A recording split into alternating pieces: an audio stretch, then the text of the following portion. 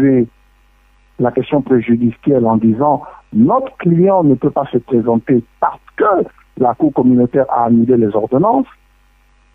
Mais comme ils étaient dans une logique, ils ont retiré la parole à mes avocats, ils n'ont pas statué sur les questions préjudicielles, et vous voyez toute la suite, la condamnation, la confiscation des biens, et tout ce que vous voyez.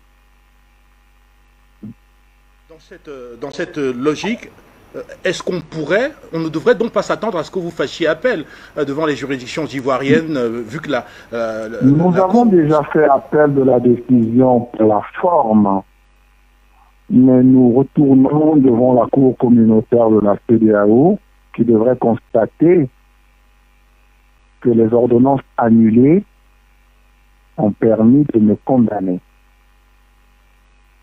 Comme je disais tantôt au paragraphe 118, ils disent que toutes les ordonnances annulées ne peuvent produire d'effet en droit, ainsi que toutes les ordonnances qui en découleront. Le jugement est un jugement qui découle d'une ordonnance annulée. Donc je ne peux malheureusement pas reconnaître la compétence de ce tribunal à partir du moment où la justice communautaire a tranché. Alors, pour terminer, même si quelque part on pourrait citer justement un côté politique qui se mêle à l'affaire, on va également voir ici qu'il s'agit aussi de cette institution suprême au plan judiciaire de la CEDEAO qui ne va pas justement se laisser marcher dessus de cette façon.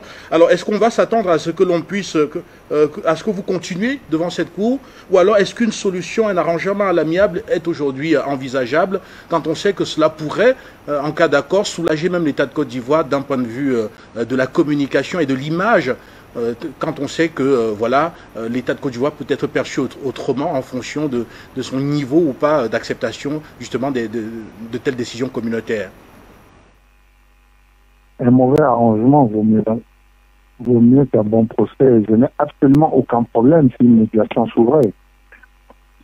Si une médiation ne s'ouvre pas, je n'ai également absolument aucun problème à poursuivre l'exécution de la décision de la CEDEAO du 22 octobre qui n'est susceptible d'aucun recours. Et là, si jamais il y avait des entraves politiques, de quels moyens disposez-vous pour pouvoir faire pression justement pour qu'une telle décision soit exécutée définitivement et que vous puissiez rentrer dans vos droits? Mais vous avez bien vu, la pression elle a commencé par la saisie de l'avion. Vous voyez, depuis la saisie de l'avion, ça va dans tous les sens. Je n'avais pas ici étalé ma stratégie pour me faire payer.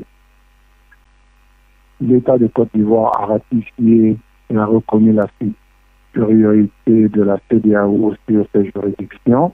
Donc, nous avons simplement besoin que l'État de Côte d'Ivoire regarde avec nous comment trouver la solution. S'ils sont dans l'amiable, sinon nous allons poursuivre l'exécution des décisions de justice de la Cour communautaire de justice de la CEDEAO.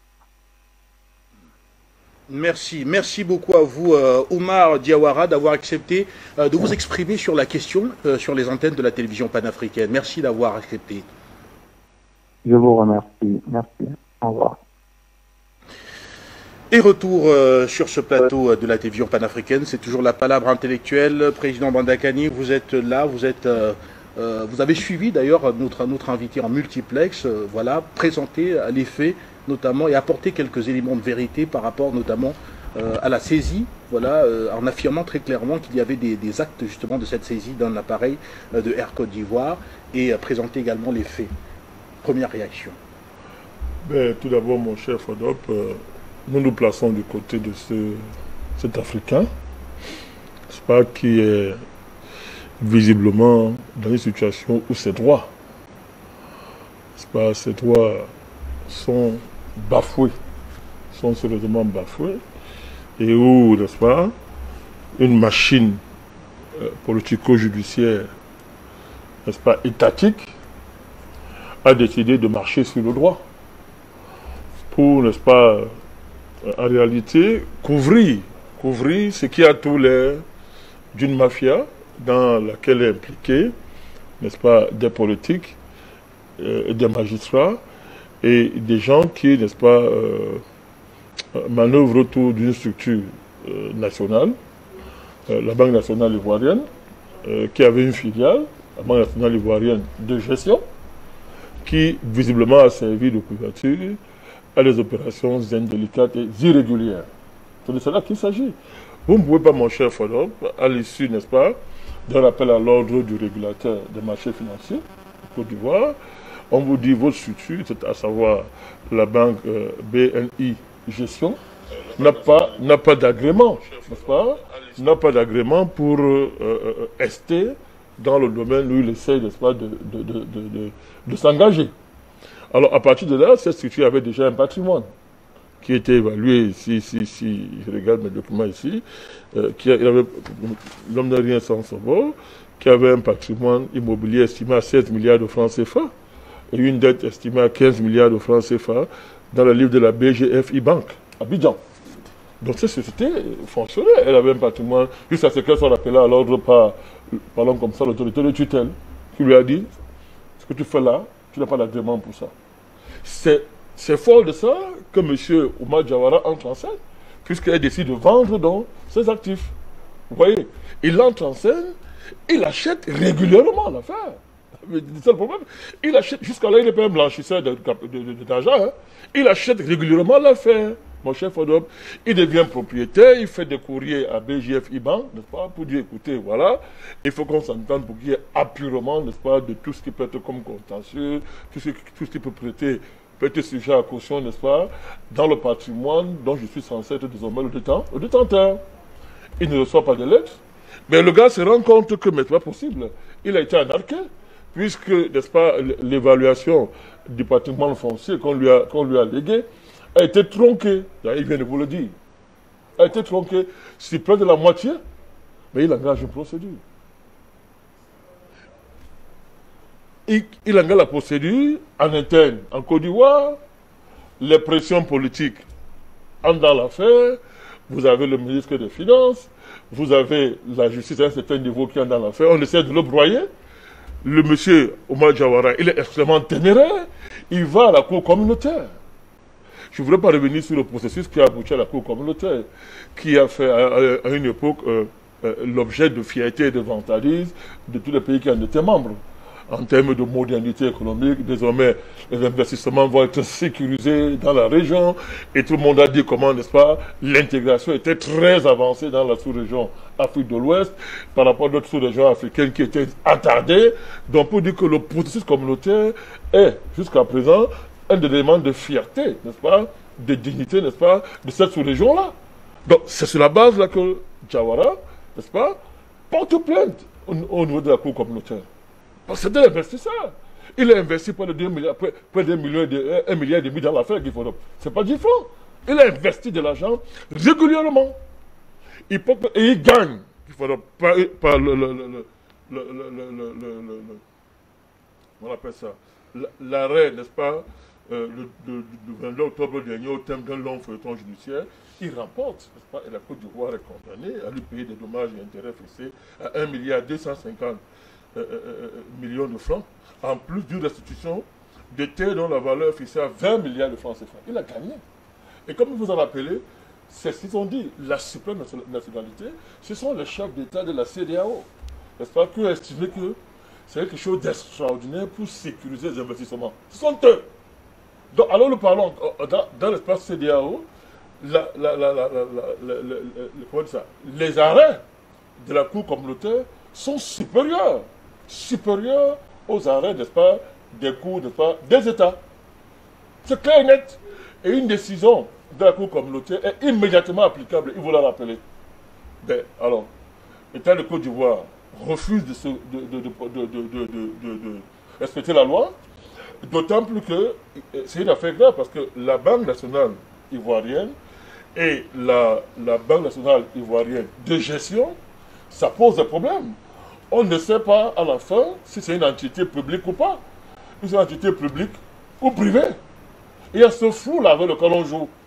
On joue avec ce flou-là. Et à partir du moment où ce n'est pas clair, mais on se demande pourquoi l'État ivoirien peut se retrouver au cœur d'un tel imbroglio pour s'impliquer à ce niveau, au point où la justice, n'est-ce pas, la justice maintenant est entrée en scène, n'est-ce pas, avec des condamnations, une plus de condamnations qui tombent sur lui, on l'accuse de blanchiment, de capitaux et tout, mais ça n'a pas de sens. Parce que les opérations qui ont conclu, n'est-ce pas, Guy Fodom, à l'achat, n'est-ce pas, du patrimoine de BNI Gestion, n'est-ce pas, qui se fait là appeler à l'époque, si mes souvenirs sont bons, voilà, Pearl Invest, se sont faits, je vous le rappelle, de manière régulière. Vous ne faites pas des opérations de plus d'1 milliard, mon cher Guy Fodom, dans un pays, sans que, n'est-ce pas, les autorités habilitées à surveiller, n'est-ce pas, à s'assurer que de tels niveaux de montants sont réguliers, n'est-ce pas, ne pas faire le travail. Ce n'est pas à la fin, ce n'est pas après que la transaction est finie, ce n'est pas après que quelqu'un porte plainte régulièrement pour défendre ses droits que vous découvrez un matin qu'il est un blanchisseur d'argent. Ça n'a pas de sens. On est là devant une cabale organisée, n'est-ce pas, pour porter atteinte aux droits de monsieur Omar Diawara, et nous saluons sa ténacité, nous saluons sa témérité. Donc c'est un problème sérieux. Ça pose un problème sur la crédibilité de la justice ivoirienne, ça pose un problème sur comment on appelle ça, le sérieux des engagements communautaires. Ça pose problème sur la sincérité des rapports que les États ont avec, n'est-ce pas, le projet communautaire, qu'ils vantent tant.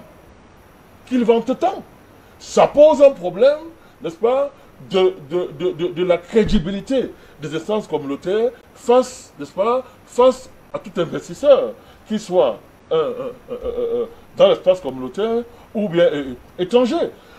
Si vous pouvez vous retrouver à tout moment, vous investissez vos milliards de l'argent parce que vous croyez, n'est-ce pas, vous croyez à votre continent, vous croyez à votre espace régional, vous croyez même, n'est-ce pas, à l'État hôte, pour le cas de la Côte d'Ivoire, vous déboussez des milliards de francs, un matin, on va le trouver un matin, hein, comme ça, on vous qualifie de blanchisseur de capitaux, à la limite, de bandits, et vous vous rendez compte que mais, les structures de l'État sont en réalité, n'est-ce pas, des cache-sexes à des mafias. C'est cela qui s'est dit. Si les investisseurs locaux ne peuvent plus avoir confiance à l'instance communautaire, ça pose un problème. Donc, on est là dans une situation où, n'est-ce pas, c'est un véritable test pour savoir, n'est-ce pas, une fois de plus, pour mesurer sérieusement la valeur des instances communautaires. Quand il s'agit des Africains, quand il s'agit des investisseurs africains, parce que vous imaginez, ça aurait été un Français, ça aurait été un Anglais, ça aurait été un Américain, on a dit que on ne s'amuserait même pas à ce genre de jeu. Mais vous avez un Africain qui prend celui d'investir de l'argent parce qu'il croit, n'est-ce pas, à sa sous-région. Et voilà ce qu'on lui donne comme résultat. Donc nous sommes là pour apporter notre soutien, n'est-ce pas, à ce compatriote qui est congolo-malien, n'est-ce pas. Nous lui apportons notre soutien parce que c'est ça aussi le panafricanisme qui font. On ne peut pas laisser faire de telles voies de fait. Vous comprenez? On est là devant une voie de fait qui est manifestement flagrante, mon chef. Ça peut arriver à tout investisseur, ça peut arriver au Camerounais, ça peut arriver au Nigérien, ça peut nous arriver partout. Vous comprenez? Il faut que ce monsieur rentre dans ses droits. D'ailleurs, il a fait ce qu'il avait à faire. Il revient maintenant à l'instance communautaire de démontrer, n'est-ce pas, de démontrer son sérieux. Et en l'espèce, je ne vois pas comment l'État ivoirien va s'en sortir. Merci à vous, Président Badakani. On va recevoir à présent Okosisi Baba Nicolo, qui est activiste panafricaniste, installé également en multiplex et qui nous suit depuis le début de l'émission. Vous avez suivi, bien sûr, nos échanges avec Omar Diawara et je vous retrouve. Alors, de votre point de vue, que se passe-t-il concrètement? Alors, merci Guy Fodom. Je tiens à saluer le président Badakani et toute l'Afrique par la voix de Afrique Média. Merci à l'équipe de Afrique Média qui continue de tenir la barre haute pour que les pays africains puissent avoir leur indépendance totale. Qu'est-ce qui se passe en Côte d'Ivoire? Avant de vous dire ce qui se passe en Côte d'Ivoire, je vais vous lire un communiqué que je vais vous envoyer tout à l'heure via votre WhatsApp. Objet: opposition de la formule exécutoire sur les décisions des juridictions internationales. Pour l'exécution sur le territoire national des décisions des juridictions internationales, les chefs de juridiction et les greffiers en chef sont régulièrement saisis de demandes émanant des plaideurs en vue de l'opposition de la formule exécutoire sur les dites décisions. Vu la portée internationale et les conséquences que peuvent entraîner les dites décisions, les chefs de juridiction et les greffiers en chef qui reçoivent de telles demandes sont invités à saisir la chancellerie pour avis avant d'en donner suite. Pour la garde des Sceaux, ministre de la Justice et des Droits de l'Homme, par délégation, le directeur du cabinet, M. Kwasi. Alors, qu'est-ce qui se passe en Côte d'Ivoire? La Côte d'Ivoire, avec le regard du président Banakani et du travail que fait Afrique Média, est rentrée depuis le 31 octobre dans une phase de rébellion contre les institutions de la Côte d'Ivoire. La Côte d'Ivoire est aujourd'hui un État voyou, avec à la tête un président qui est illégalement installé, qui s'est accaparé de tous les instruments qui font la valeur d'une démocratie dans un pays. M. Dramane Ouattara, ancien président de Côte d'Ivoire, aujourd'hui est juge, est arbitre, est avocat et il est tout. Ce qui l'oppose aujourd'hui à M. Oumar Diawara, à qui je dis vraiment bravo d'avoir porté cette histoire à la plus grande instance juridique de l'Afrique de l'Ouest, qui est la CEDEAO, supra-juridiction au-dessus de l'État, parce que la Côte d'Ivoire est signataire et est membre de la CEDEAO, aujourd'hui dénote et met en exergue la manipulation, la corruption que nous voyons tous chaque jour et que nous voyons en Côte d'Ivoire. Un Congolo-Malien, africain, qui, contrairement à ses pairs qui vont investir dans l'Occident, décide d'investir dans un pays frère, où, au XXIe siècle, tous les Africains parlent de panafricanisme. Quoi de plus beau? Qu'est-ce qu'il y a à ne pas encourager celui-là? Mais au-delà de ça, l'État voyou de Côte d'Ivoire, avec à la tête un président illégal, le gruge. Parce que quand vous voyez que M. Diawara saisit la CEDEAO et que la CEDEAO lui donne raison, c'est en connaissance de fait, c'est avec des preuves, c'est avec tout ce qui va dans la juridiction et des lois d'État, inter-État. Un homme vient investir dans un pays, mais naturellement, c'est parce qu'il a eu un produit à acheter. Il est demandeur d'une offre qui est présentée dans le pays. Donc, le ministère de la Justice est informé, le ministère des Affaires étrangères est informé, le ministère de l'Intérieur est informé, le ministère du Commerce est informé, et j'en passe. Alors, comment se fait-il qu'aujourd'hui, ce monsieur-là est subitement, pour une histoire de 2018, poursuivi et condamné en état de Côte d'Ivoire, tout simplement parce qu'il demande son dû. Quand vous posez la question de savoir qu'est-ce qui se passe en Côte d'Ivoire, Guy Fondon, ce qui se passe en Côte d'Ivoire est que la Côte d'Ivoire est un pays kidnappé. La Côte d'Ivoire est un pays qui vit une dictature. La Côte d'Ivoire est un pays qui vit un mami-ouattarisme politique à la hauteur de l'homme qui dirige la Côte d'Ivoire.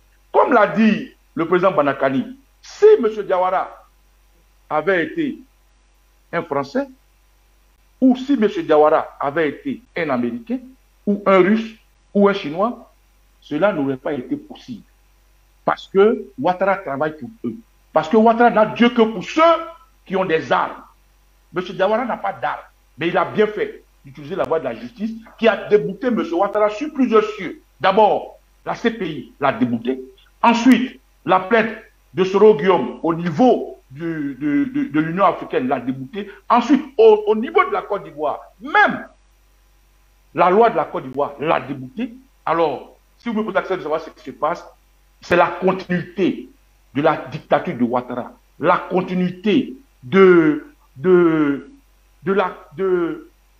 l'imbécilisation de la politique, la continuité de la méchanceté d'un homme qui n'a Dieu que vendre les intérêts de l'Afrique aux plus offrants et aux Occidentaux. Donc, Guy Fondom, la Côte d'Ivoire aujourd'hui souffre de ce mal-là parce que Ouattara est lui seul président, lui seul directeur, président de l'Assemblée nationale, lui seul juriste, lui seul avocat, il est l'arbitre, il est le joueur, il est le supporter et lui seul, il tient toute la Côte d'Ivoire sous joug des armes. Voilà ce qui se passe en Côte d'Ivoire. Ici Baba Nicolo, on va dans quelques minutes ouvrir le standard de la télévision panafricaine pour comprendre, voilà, pour avoir les réactions des téléspectateurs après, notamment après avoir donc écouté sur ce plateau Omar Diawara qui était notre invité en tout début d'émission et qui nous a donc restitué un certain nombre d'éléments autour de ce dossier. En attendant, bien sûr, Okosisi Baba Nicolo, est-ce que finalement on va parler d'une justice ivoirienne qui à la fin est coutumière et répète finalement ce qu'on lui reproche longuement, à savoir ces condamnations par contumace qui se sont vraiment multipliées.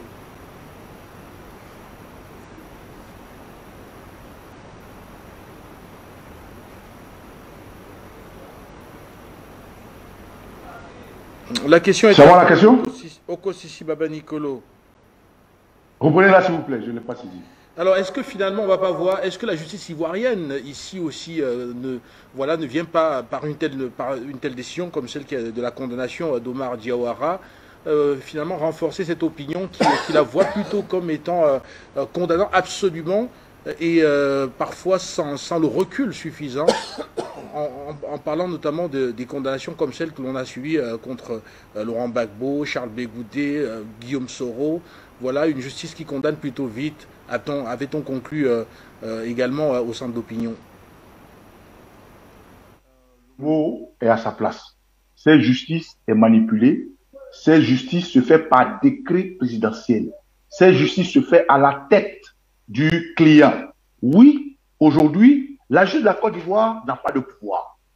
Le procureur Adou Richard est un monsieur qui est corrompu. Les Ivoiriens le savent. Sur beaucoup d'affaires dont il a fait la part belle à M. Ouattara.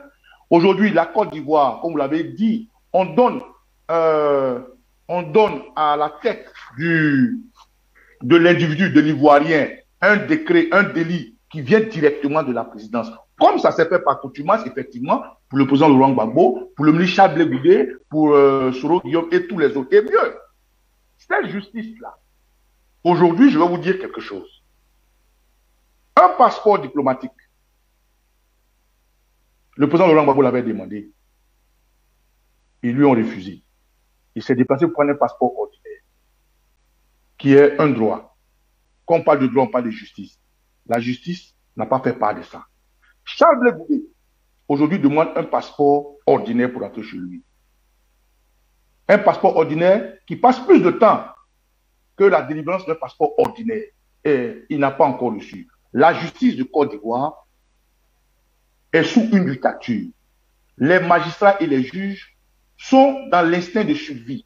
Ils ne décident de rien, ils n'ont pas droit à la parole. Tout se fait par décret. Un Ivoirien se réveille un matin. Ouattara dort, il se réveille, il prend un décret, ce Ivoirien est arrêté.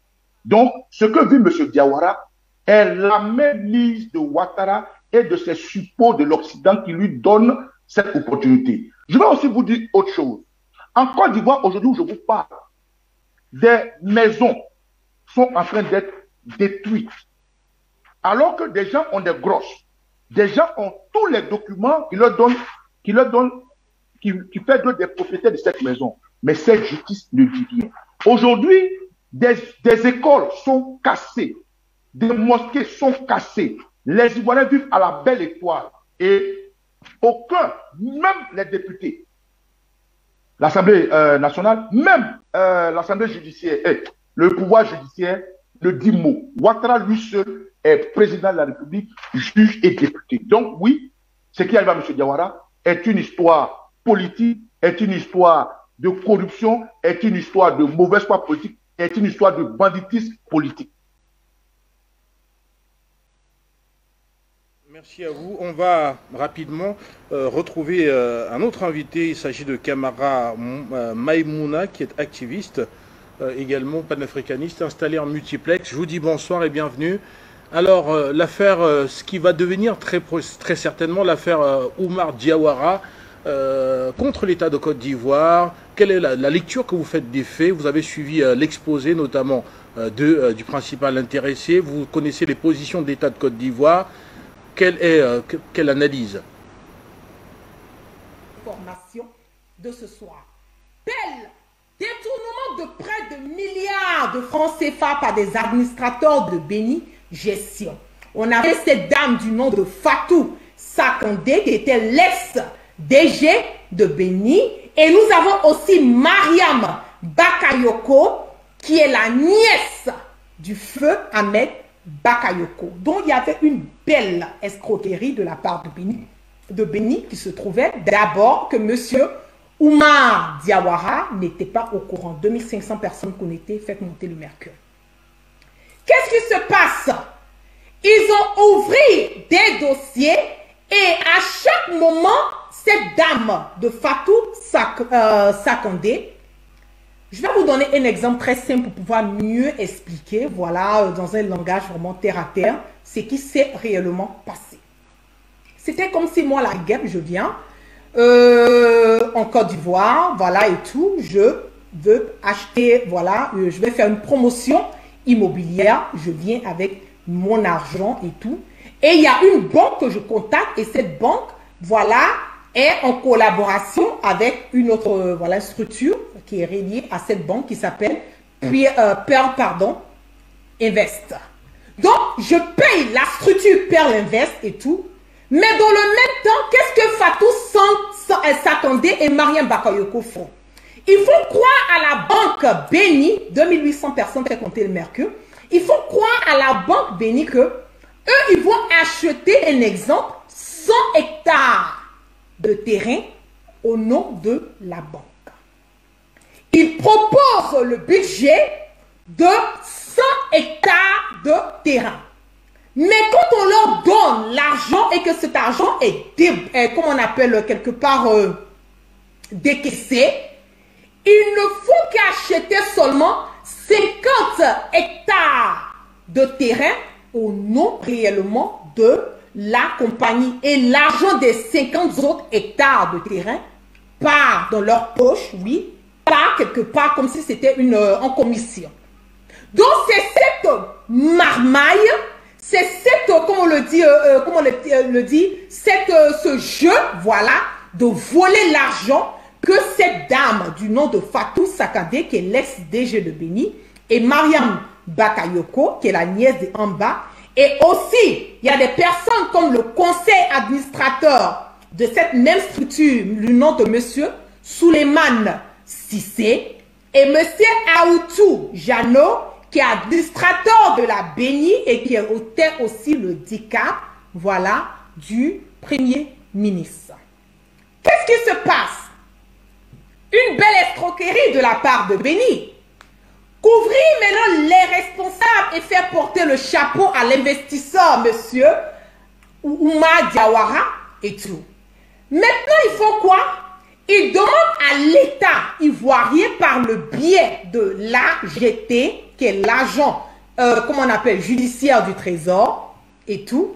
Et il rentre encore dans le jeu et accuse ce nouveau investisseur qui vient d'arriver, tout nouvellement, qui vient d'acquérir cette structure et tout, qui a décaissé plus de combien de milliards pour payer, je le dis, plus de combien de milliards de francs CFA pour acquérir cette structure du nom de Pearl Invest par le biais de Béni.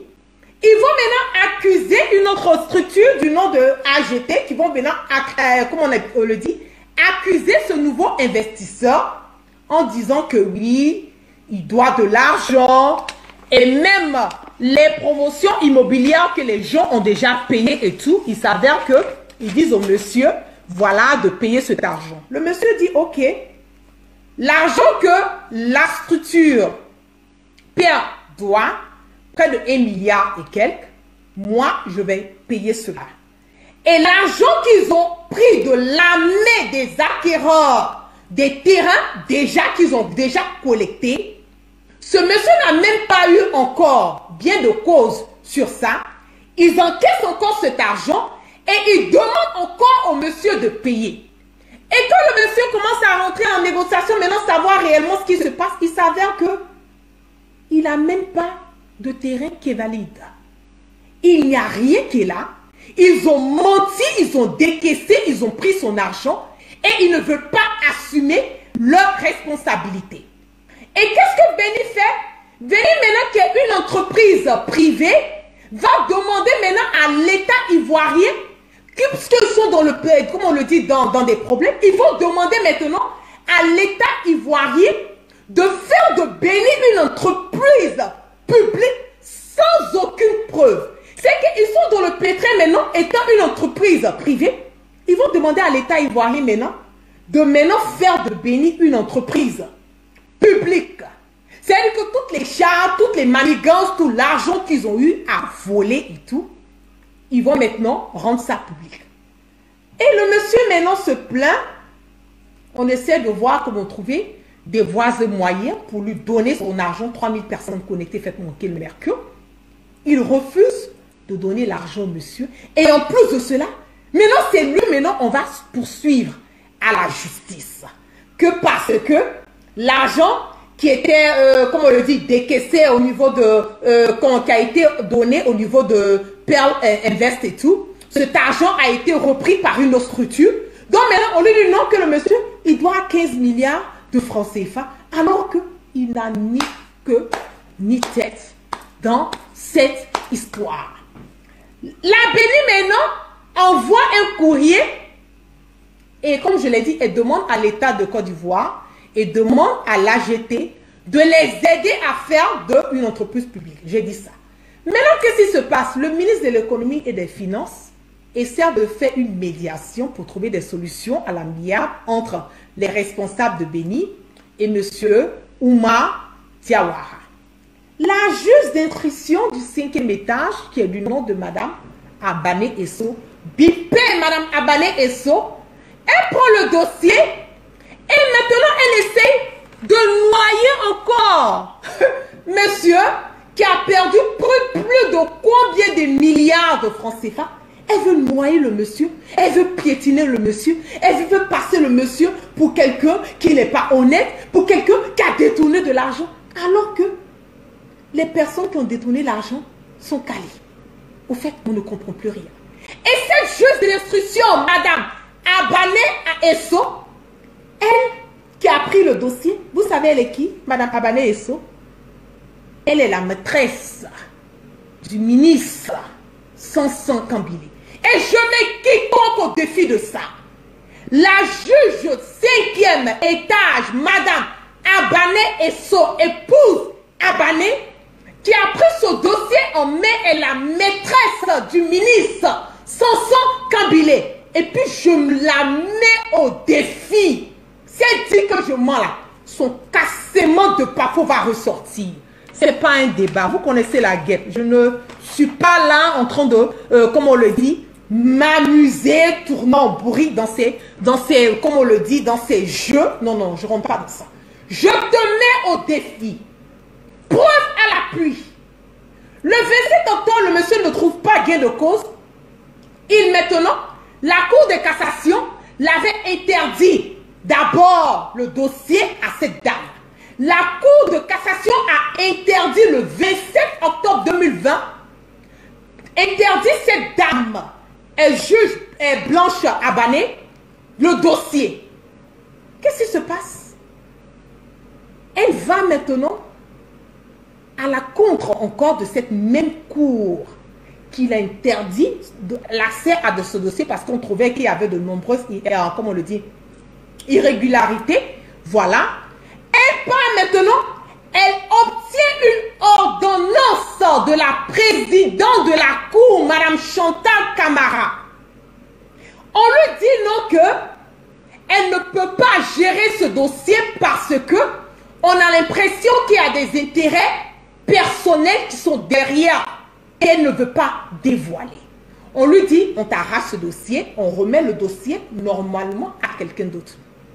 Elle défie cette cour de cassation et elle part demander une ordonnance qui a été donnée par la juge, Madame Chantal Camara, qui autorise cette dame à qui on a arraché le dossier à continuer à gérer ce dossier. Le monsieur, il a le dos au mur. Il se rend compte qu'il est en train de dealer avec des personnes qui ne sont pas prêtes à être justes dans les faits et gestes, parce que nous avons déjà des nièces de ministres, nous avons des copines de ministres, nous avons des DG qui ont bouffé cet argent, et les responsables de Béni, c'était que c'est une chaîne qui a eu à bouffer les milliards que ce monsieur a eu à investir pour pouvoir atteindre, pour pouvoir obtenir ces sociétés de perles Invest. Donc il faut trouver maintenant des manigances pour pouvoir camoufler, pour pouvoir, comment on dit, cacher, pour pouvoir couvrir cet argent qui a été volé. Qu'est-ce qu'ils font? On donne l'ordonnance à la dame et on lui dit de prendre le dossier, de continuer à gérer ce dossier. Le monsieur, il a le dos au mur, il se rend compte qu'aujourd'hui, nous le savons très bien, chers frères ivoiriens, ce n'est pas quelque chose de nouveau. Nous savons très bien que la Côte d'Ivoire, c'est un pays de chiens-lits, c'est de la merde, c'est du bordel qui est dans notre pays. Nous savons très bien que la justice, ce n'est pas équitable. Nous savons très bien que sous ce régime dictatorial de Ouattara, rien n'est fait dans les normes. Nous le savons, donc il a décidé maintenant de faire recours à la cour de la CEDEAO. Il envoie son dossier au niveau de la CEDEAO. Il saisit la justice de la CEDEAO le 15 avril 2000, comme on le dit, le 15 avril 2021. La cour de la CEDEAO, ils ont analysé le dossier du monsieur, ils ont fait des investigations et ils ont tranché après toutes les investigations qui ont été faites que monsieur Oumar Diawara, qui est le plaignant, a ses droits qui ont été violés. D'abord, ils ont découvert que M. Oumar Diawara a ses droits qui ont été violés. Et en plus de cela, ils ont découvert qu'il est menacé, on veut l'intimider, on l'a marmaillé son argent, et en plus de cela, on veut saisir ses biens. Oui, ils ont voulu saisir ses biens et tout. Et en plus, on l'intimide, on le menace et tout ça. Donc, la cour de la CEDEAO, quand ils ont mené les investigations, ils se sont rendus compte de tout ça. Donc, après leurs investigations, ils ont dit non, que le monsieur a raison. Il a toutes les preuves. Il a toutes les preuves que cet argent a été marmaillé. Que l'argent qu'il a eu à investir, ce qu'il a été dit, il devait recevoir de cet investissement, il n'a pas reçu. Donc, eux qui ont bouffé l'argent de Béni, là, l'autre structure qui est en train de les poursuivre, là, c'est avec ces personnes qui ont bouffé cet argent qui doivent se plaindre. Ce n'est pas avec, comme on le dit, avec M. Oumar Diawara. Ce n'est pas avec lui, ce n'est pas contre lui qu'on doit se plaindre. Et encore, la cour de la CEDEAO, on lui a dit à cette dame encore qu'elle a continué, on lui a dit d'arrêter le dossier. Elle a continué le dossier et malgré le fait qu'on lui a interdit de montrer, on lui a interdit de continuer ce dossier, elle le fait et elle a continué à le faire. La CEDEAO, jugement numéro 34 du 22 octobre, la CEDEAO condamne l'État ivoirien à payer 1,250 milliard de francs CFA de dommages et intérêts à monsieur Oumar Diawara. Et en plus de cela, parce que il a fourni les preuves, voilà, irréfutables, que ses droits, comment on appelle, ses droits de propriété et tout, Super Invest, et donc il avait acquis ça vraiment légalement. Il a acquis ces structures légalement, il n'a pas eu de problème et le monsieur a démontré devant la cour. C'est pas n'importe quelle cour de vous à moi. Nous sommes près de 3300 personnes connectées sur ce direct. C'est pas n'importe quelle cour. Si la cour de la CEDEAO a tranché que ce monsieur a donné des preuves irréfutables de ses droits de propriété et que de la structure, pardon, Pearl Invest, et dont il avait acquis légalement, Quel est le problème de l'État de Côte d'Ivoire? Voilà. Quel est le problème de l'État de Côte d'Ivoire? Donc, donner l'argent du monsieur, payer son argent, décaisser les fonds de son argent, parce que nous savons très bien que la justice est corrompue. Merci à vous pour votre intervention. Et voilà, les questions personnelles, Président Bandakani, on les laisse un peu de côté, toujours pour rester dans le fond du dossier, en parlant bien sûr, quand je parle de questions personnelles, vous comprenez. Alors fondamentalement, ici, on voit que la Côte d'Ivoire ne gagnerait pas à laisser une affaire comme ça aller très très loin, parce que les magistrats de la CEDEAO ayant déjà donné raison à M. Diawara, cela montre qu'au fond, M. Diawara peut avoir raison dans ce dossier, et qu'à partir de là, ce ne serait qu'une mauvaise communication pour l'État de Côte d'Ivoire. Mon cher Fodor, les preuves sont... On est dans le flagrant, là. Les preuves sont flagrantes, c'est-à-dire que c'est grave. Et c'est grave, moi, ce qui est intéressant dans cette affaire Guy Fondop, c'est de voir, lorsqu'on croit la Côte d'Ivoire, dans le cas d'espèce, veut se présenter comme étant un État de droit. Ça nous fait... Cette prétention-là, ce n'est pas ça qui nous intéresse. Mais les faits sont là. Manifestement, nous l'avons toujours dit ici, il est difficile pour un État qui s'est constitué sur la base des voies de fait que nous connaissons tous historiquement, de devenir un État de droit. Parce que quand vous prenez le pouvoir sur la base n'est-ce pas, d'un coup d'État, sur la base d'un corps expéditionnaire, qui a des motivations les plus primaires, à savoir voler carrément un pays, voler un pays totalement, ses richesses, n'est-ce pas, ses ressources humaines, voler ça comme de la pure rapine primaire. On ne peut pas croire que, n'est-ce pas, un tel État peut muer pour devenir un État de droit. Alors quand on le dit, on bavarde, là, on dit que bon, non, ok, peut-être on en veut au président, on en veut à M. Ouattara personnellement. Mais là, vous avez un fait qui est clair. Voilà une situation, Guy Fondop, qui permet de caractériser le fonctionnement de l'État ivoirien, surtout au niveau de sa justice. On a fait manifestement à une mafia, c'est d'une mafia qu'il s'agit. C'est-à-dire qu'un cartel s'est mis en place, il a recruté ce cartel-là, des hommes politiques, il a recruté des magistrats certainement, n'est-ce pas, et il a recruté ici et là, n'est-ce pas, des femmes, des dames, qu'on a mis en avant autour d'une structure qu'on a appelée, n'est-ce pas, la Banque nationale ivoirienne de gestion. Cette entreprise-là s'est lancée, parlons comme ça, dans la spéculation, ce qu'on appelle la promotion immobilière, si vous voulez. La promotion et la construction immobilière. Mais, sauf que maintenant, manifestement, qu'est-ce qu'on observe? Elle n'a rien construit, elle ne construit pas, n'est-ce pas? Elle a monté toute une stratégie, n'est-ce pas, pour collecter de l'argent.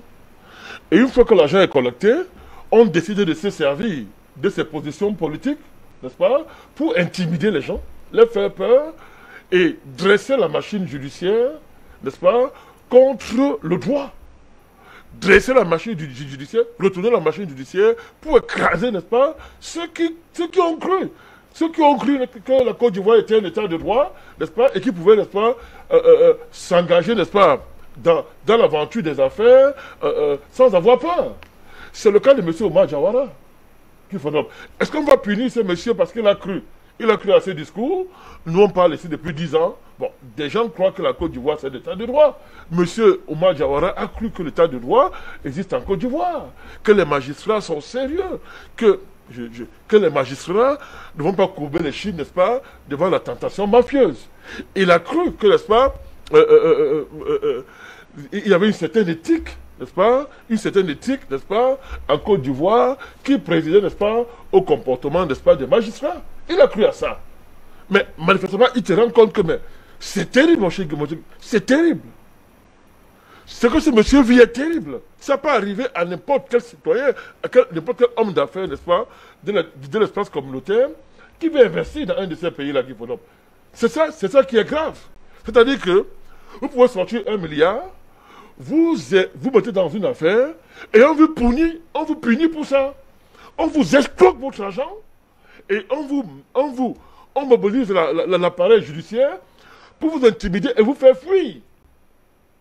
Mais c'est cela qu'il s'agit, monsieur. Monsieur a investi des milliards dans cette affaire. Et qu'est-ce qu'on voit? La justice ivoirienne se mobilise, l'appareil judiciaire se mobilise pour le diffamer, pour porter à tête à son honneur, d'une manière délibérée, sans état d'âme. On dit qu'il blanchit les capitaux. On dit que c'est un voleur, mais c'est un délinquant. Et c'est l'appareil judiciaire qui est mobilisé pour le lui dire. Après coup, elle dit, des décisions de justice après coup. Le gars, en 2018, fait des opérations régulièrement, mobilise des milliards qui transitent, qui passent dans tous les circuits licites du pays. Quand vous investissez 1 milliard en Côte d'Ivoire, mais tous les circuits licites, c'est-à-dire les circuits chargés de vérifier que l'argent là, c'est de l'argent régulier, mon cher Guy Fondop, de s'assurer qu'il y a de la traçabilité, n'est-ce pas? Mais qu'on puisse savoir d'où vient l'argent. Toutes ces structures-là ont passé ça au pain fin. En 2017-2018, elles n'ont rien vu. Elles n'ont pas vu que ce monsieur était un blanchisseur de capitaux. Et elles ont validé la transaction, Guy Fondop. Mais dites-moi, après, un matin, elle se réveille pour dire que c'est un blanchisseur d'argent. Il y a là des pratiques, n'est-ce pas, qui sont effrayantes. Ça fait peur. Ça fait froid au dos de voir, n'est-ce pas, que on en est encore à ce niveau. On est à ce niveau, n'est-ce pas, dans les terres ivoiriennes. Mais pour nous, ce n'est pas une surprise. Hein. C'est une surprise pour les gens comme M. Diawara Ouma et les autres qui ont cru. Et on ne peut pas leur reprocher ça. Au contraire, c'est pour ça qu'on est là pour le défendre parce que voilà les citoyens qui disent que, bon, ok, nous, on ne se mêle pas de la politique. Nous, on croit à notre continent. Les batailles politiques, c'est les politiciens, ça peut... il y a de la mauvaise foi, ça peut être, n'est-ce pas, la jalousie, des guéguerres politiciens pour des postes, pour des positions. Il faut se le dire et dire, non, moi, je ne suis pas dedans. Moi, je suis un homme d'affaires, je crois en mon continent, je fais des transactions, j'investis, je spécule, je gagne de l'argent et je fais prospérer, n'est-ce pas, et je produis la richesse. Je crois qu'on peut le faire sans tomber dans un piège politicien. C'est ce qu'il a cru, ce monsieur. Et vous avez, Guy Fondop, des centaines, des milliers d'investisseurs qui pensent comme M. Omar Jawara. Et qui pensent que, n'est-ce pas, dans l'espace africain comme ailleurs, on peut, n'est-ce pas, si on met de côté, si on n'entre pas dans les querelles politiques, on peut faire des affaires. Guy Fondop, est-ce que c'est un crime ça, désormais? C'est un crime ça? Mais comment on peut accepter, n'est-ce pas, qu'un État arrive à ce niveau de pratique mafieuse en plein jour? Regardez à quel niveau on est impliqué. On vous le saisit d'un dossier, après des mois, on vous le met dans le dossier. Une fois, on peut bloquer, n'est-ce pas, l'appareil judiciaire à un niveau très élevé. Un monsieur, un juge d'un haut niveau, condamne quelqu'un, dit qu'il est un blanchisseur d'argent sans aucune preuve. C'est-à-dire, sur la base, seulement parce qu'il faut protéger les frères, il faut se protéger. Tous ceux qui ont pris de l'argent, tous ceux qui ont mangé dans l'affaire, doivent se protéger. Il faut même un cordon de sécurité. On se sert de la justice et on fait du n'importe quoi. Mais moi, je me demande bien comment. C'est bien beau de faire ça, mais la Côte d'Ivoire s'en sortira comment dans cette affaire? Comment elle s'en sortira, Guy Fondop? Comment elle s'en sortir? Donc, au-delà de ce que je viens de dire, le problème de fond est ceci. Il y a une construction communautaire qui a fait la fierté des présidents de la CEDEAO et qui ont présenté cet espace comme étant un espace de modernité économique à partir d'un droit communautaire qui sécurisait les investissements. C'est ça l'idée. C'est ça le projet. C'est-à-dire qu'on s'est dit, ok, des risques liés aux investissements, n'est-ce pas, tant qu'il n'y a pas un droit communautaire, étaient très élevés. Vous comprenez? Et il y avait une insécurité extraordinaire qui pesait, n'est-ce pas, ces investissements. On a mis un groupe communautaire, je termine. La Côte d'Ivoire a ratifié. Et cette Cour, après avoir examiné tout le dossier, a débouté tous les arguments de la partie ivoirienne. Il dit point par point. La Côte d'Ivoire a été complètement déboutée. On a donné raison à ce monsieur à tout point de vue. À tout point de vue. Et la loi communautaire dit que une telle décision est immédiatement exécutoire. C'est pour ça que le monsieur a décidé de saisir les biens. Donc nous, on verra donc comment l'État ivoirien va s'en sortir. Il va là, de la crédibilité de la loi communautaire, de la crédibilité de l'État ivoirien, sa signature, sa parole. Il va de la confiance des investisseurs sous-régionaux ou étrangers dans le droit communautaire, CEDEAO, la confiance. À partir de ce cas, on peut dire que c'est un droit communautaire voyou, Voilà. Qui n'est pas en mesure de faire respecter ces décisions.